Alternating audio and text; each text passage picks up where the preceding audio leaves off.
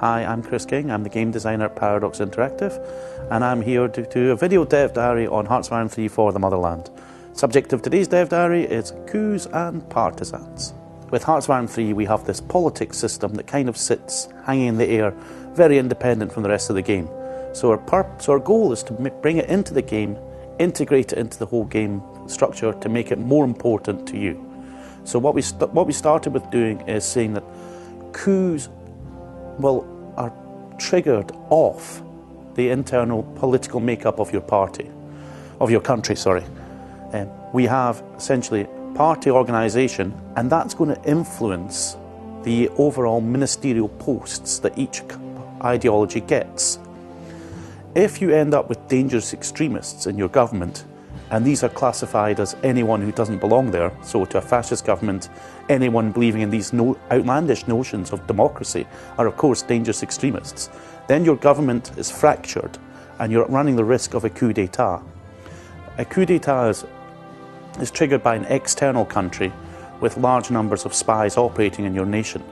So the goal is first you build up the strength of your ideology, fracture the government, and then press that button, and hopefully by tomorrow you'll have a government friendlier to you. Well, each government in Hearts of Iron 3 has allowed ideologies. At the moment these influence which ministers you can appoint, but we're going to free up this system so that now minister appointments will depend on the organisation of the parties. Essentially, to keep your government in power, you're going to barter to support with the other parties.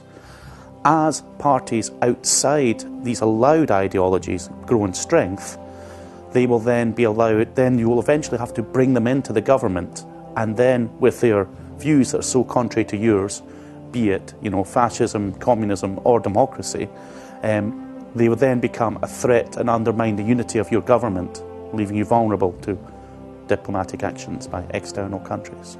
A coup is launched by a very handy button and diplomatic interface, Engage Coup. However, the prerequisites are that the government is fractured and that you have spies in play.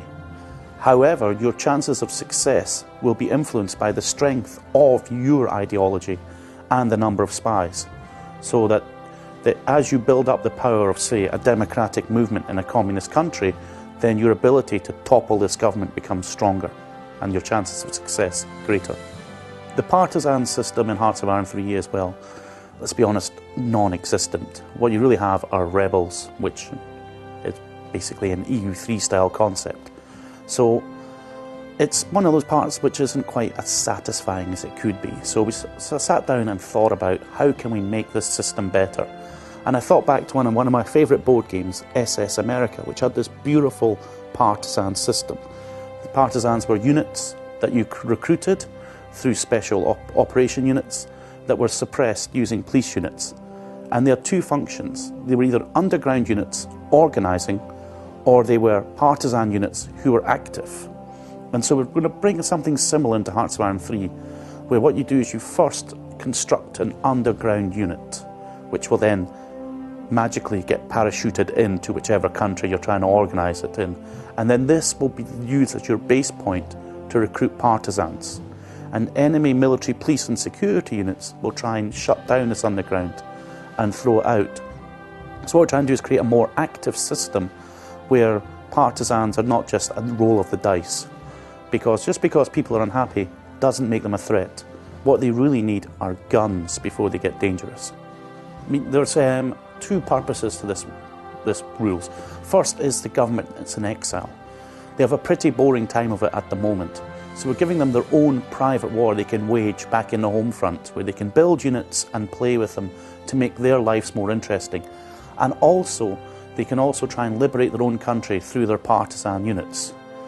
The other part is, of course, the behind the lines in the Soviet Union, where there was huge partisan movements engaging with the Germans, and this was a serious drain on German resources. And also the Soviet Union spent a lot of arms supporting these partisan units to disrupt the Germans. So we're trying to capture that aspect of the Eastern Front War as well.